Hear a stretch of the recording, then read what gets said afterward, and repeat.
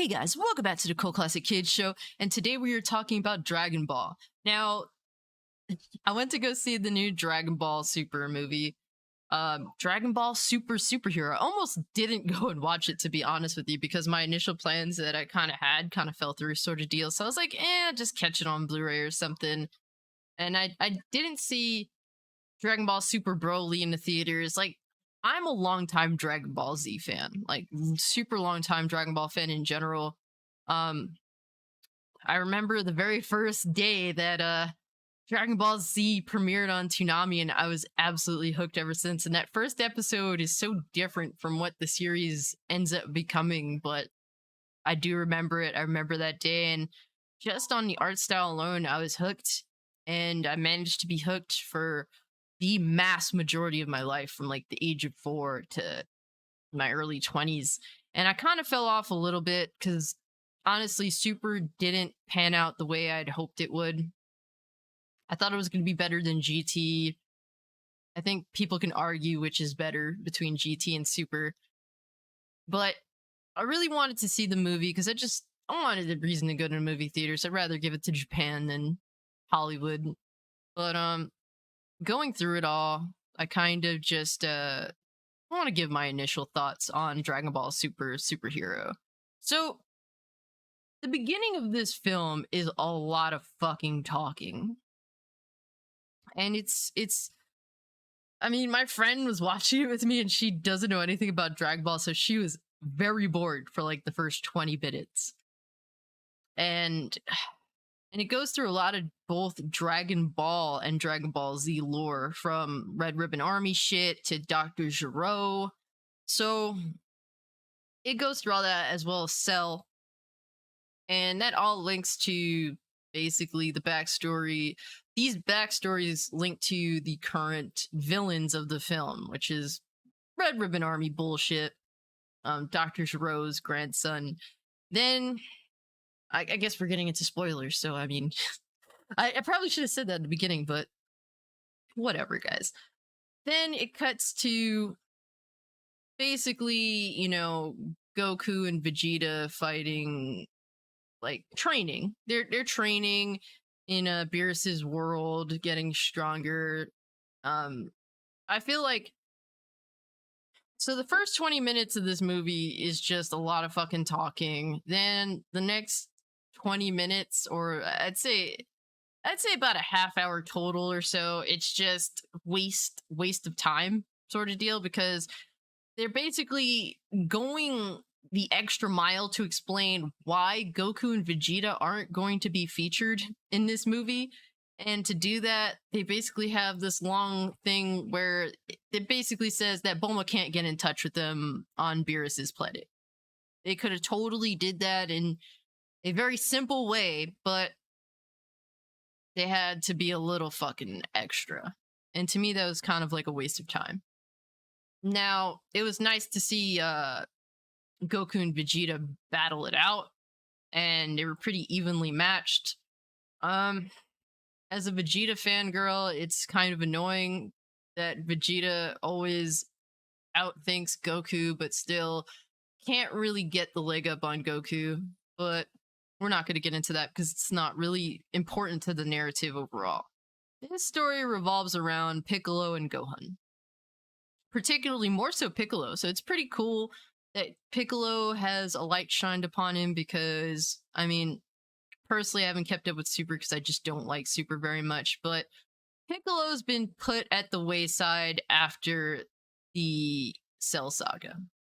He's kind of just tossed aside. Buu Saga does him no favors by any means, sadly.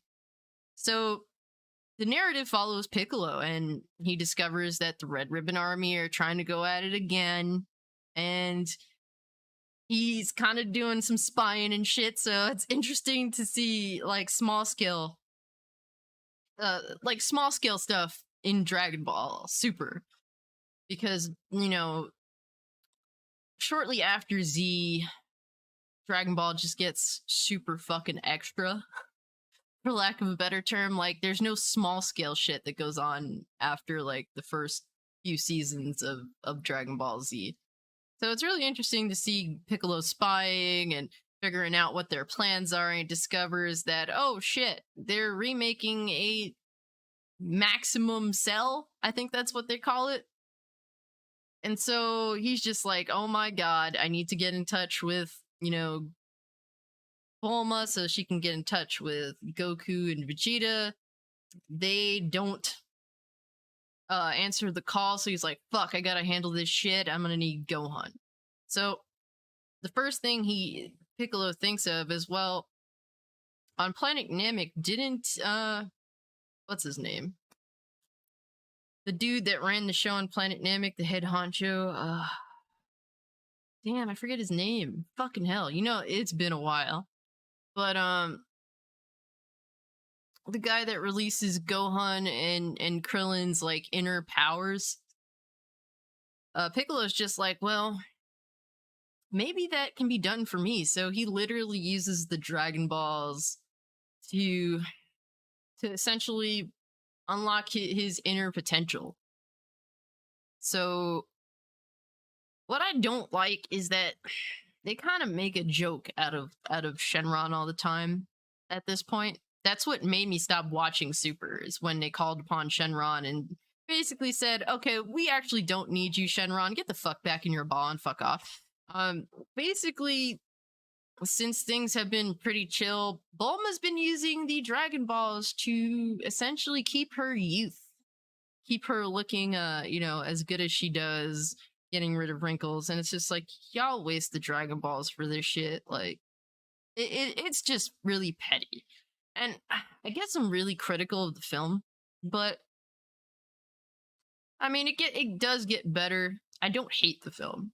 I don't want anyone to think that necessarily. I'm just going through it from a more breaking it down from a more narrative perspective on time wasted and just silly things that kind of just shit on Dragon Ball lore that I don't like, that keeps happening. And basically minimizing Shenron's importance has been a consistent trend that I've seen from Dragon Ball Super. Don't really like that, but nonetheless, Piccolo essentially, unlocks his inner potential through Shenron. Bulma makes a wish to get rid of some of her wrinkles afterwards, and yeah, instead of using the wish to bring Vegeta and Goku to planet Earth to help defend them, yeah, Bulma essentially wastes the wish on her youth. So, and they bring this shit up too. So it's kind of like, you can't take it seriously, sort of deal. And that's the negative side about the film, is that and this is a Super thing in general as well, it's too comedic. I wish there was more seriousness to the situation so I could take it a little more seriously. But look, Piccolo needs to get Gohan on his A game.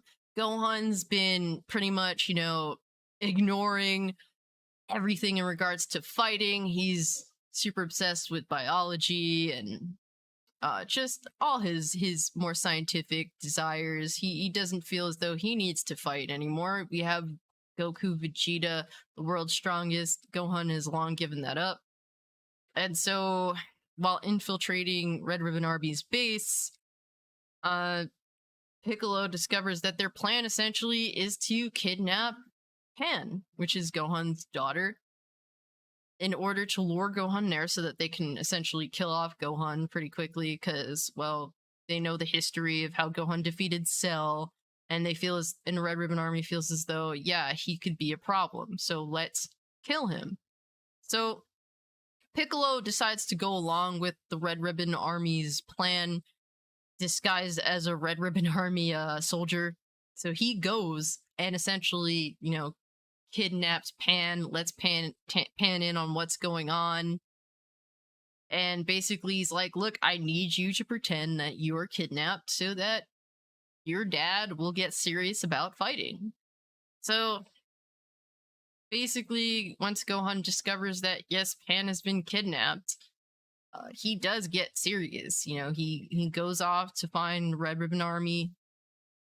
Low key being led by Piccolo there. Gohan doesn't even realize that it's Piccolo. That's how out of it he is in terms of being on his A game when it comes to fighting and training and all that. So Gohan ends up going there and ends up losing his shit. And Piccolo kind of encourages Gohan to lose his shit by acting like Piccolo's grabbing Pan, and Pan is screaming she's in on it as well. And Gohan's like, nah, fuck this. And he pretty much goes ultimate Gohan, goes scorch earth, and he's essentially fighting the Red Ribbon Army. And from me, once all this shit goes down, it becomes more exciting. Like, I will say this, I thought I was going to absolutely hate the 3D aspect of the film. It is extremely 3D animation, CGI, all that. And it doesn't hide it. It totally it takes that is the main focal point, 3D animation. So I thought I was gonna hate it, but honestly, I thought it was cool. The art style was decent. I'm very picky when it comes to art and anime, but they managed to pull it off in a way that I don't mind it at all. I thought it was very nice.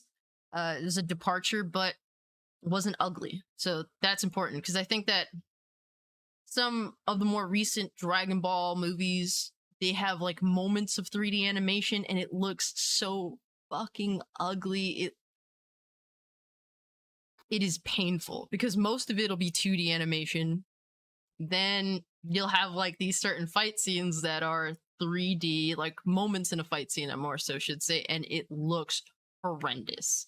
That's my biggest problem with Dragon Ball Super Broly, is that, most of it is the beautiful art style that they have, but then they have these fight scenes that are 3D animation, and they are painful. They are some of the worst to look at because you have this beautiful art style, then you have this 3D shit that they're trying to do that looks horrendous in comparison. So it clashes really hard. Whereas this goes all in on the 3D, and I actually think that it's really good. I enjoyed that. So that's not a problem for me personally at all. I don't know how others feel about it. Let me know how you felt about that if you did watch the movie. But yeah, the 3D fight scenes are grabbing. Like, it's really fun to watch. They do repeat some moves, I did notice, but overall it's very exciting. And that's, my friend thought that, oh man, I came here to watch this for you, and I'm just like, yeah, you did too fucking bad. But then, like, after a while, when it got to like the action scenes, she's like, oh, okay, I'm into this is actually really fun. So the fight scenes are definitely fun. Gohan becomes like, it's weird because Piccolo becomes like a fucking orange Hulk to combat the situation. He's fighting these two superhero characters that are kind of just fooled into believing they're superheroes, even though they're fighting for the enemies, essentially. And I think that the transformation itself was very Hulk-esque. I'm not sure if I like it or not, but Piccolo really does go all out. He unlocks this new form. And then Gohan as well. He has like the white hair, the red eyes. He looks kind of evil, which is really strange. But they definitely harp back to Cell Saga Gohan with the look of his hair and just the outfit that he's wearing. He's clearly wearing Piccolo's colors. They really do harp back to the Cell Saga final battle between Gohan and Cell, no doubt. But the transformation itself looks pretty cool. It's never gonna eclipse like the it's never gonna eclipse Super Saiyan 4 to me. Super Saiyan 4 is one of my favorite transformations, even though GT is what it is. Whether you like GT, whether you hate GT, whether you like some parts of GT, to me, Super Saiyan 4 was the most unique and interesting transformation they ever came up with. So, but I will say, I think Gohan with the grayish white hair, red eyes looks fucking sick, but I was expecting him to maybe be a little more feral than he is. Um, with the fact Gohan has always been like the character that you don't know what to expect, but you know that he's driven to power from rage. That's always been Gohan's, like, the highlight of Gohan when it comes to his power. So I thought he was going to be a little more feral, especially with the look of him, but he was very much in control. And so that's just kind of what it was. And then toward the end, They think that they've beaten the superheroes and basically convinced them that no, we're actually the good guys. It's Red Ribbon Army that's assholes. They're like, okay, so now we're gonna stop fighting, but the dude that is head of the Red Ribbon Army ends up releasing Cell Maximum, I believe is what it's called. And I was kind of excited to see Cell, but he kind of is just this raging monster. He's this giant, enormous, raging monster. You don't get uh Cell commentary, which sucks because some Cell's commentary is some of the best. He's just a giant fucking raging Godzilla monster sort of deal, which was kind of disappointing.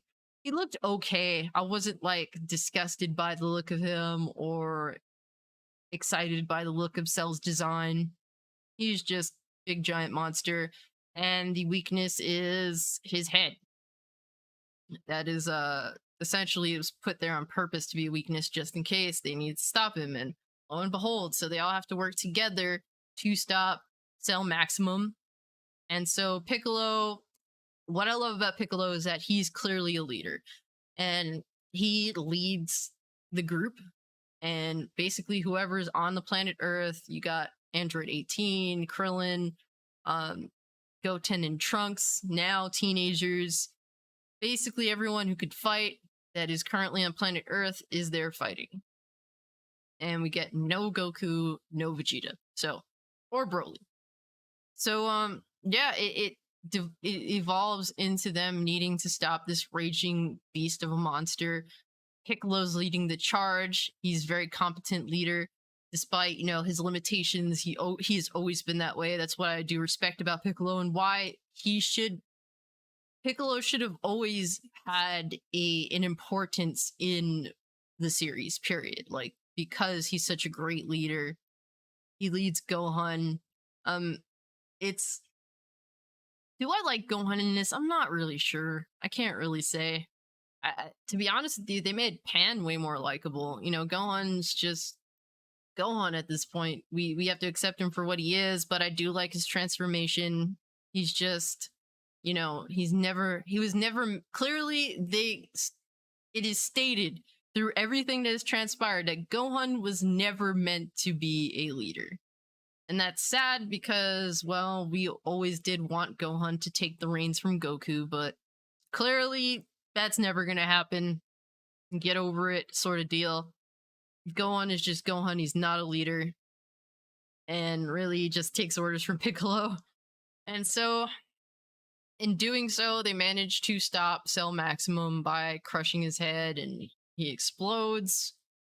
Nobody dies, thankfully, sort of deal, besides one of the superhero characters, which is kind of sad because the twin superheroes were good characters. I like them for what they were. I like that they were kind of just fooled into the side that they took.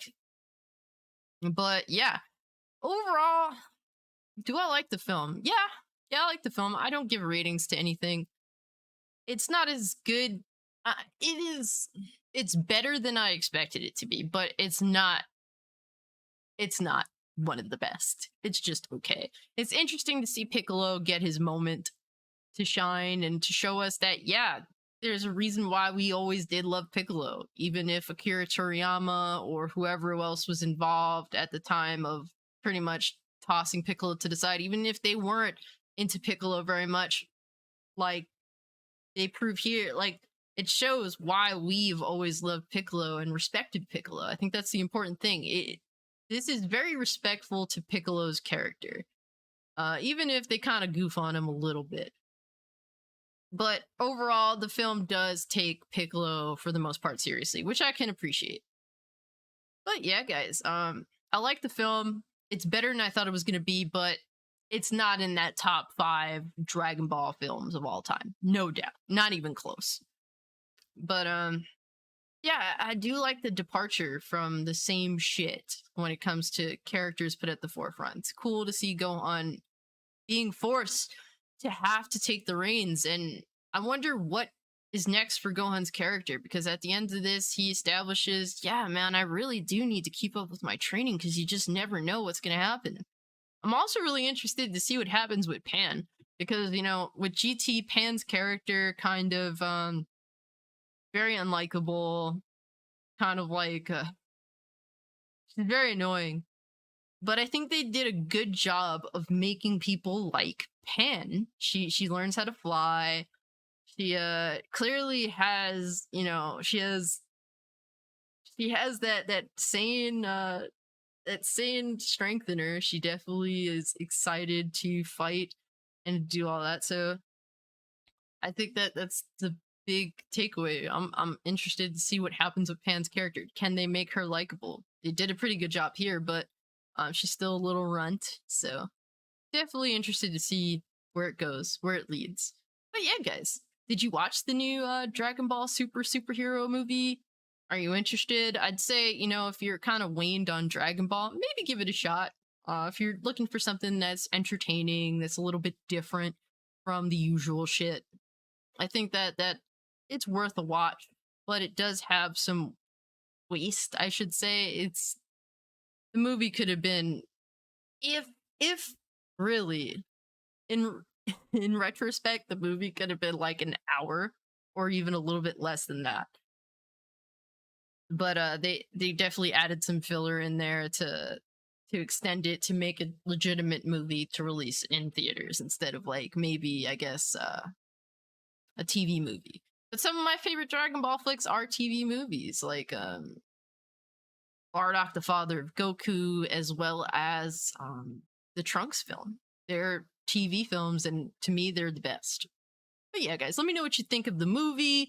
If you can, like the video, share the video, subscribe to the channel, follow me over on Twitch or Twitter if you want to continue the conversation. And with all that being said, guys, I'm out. Peace.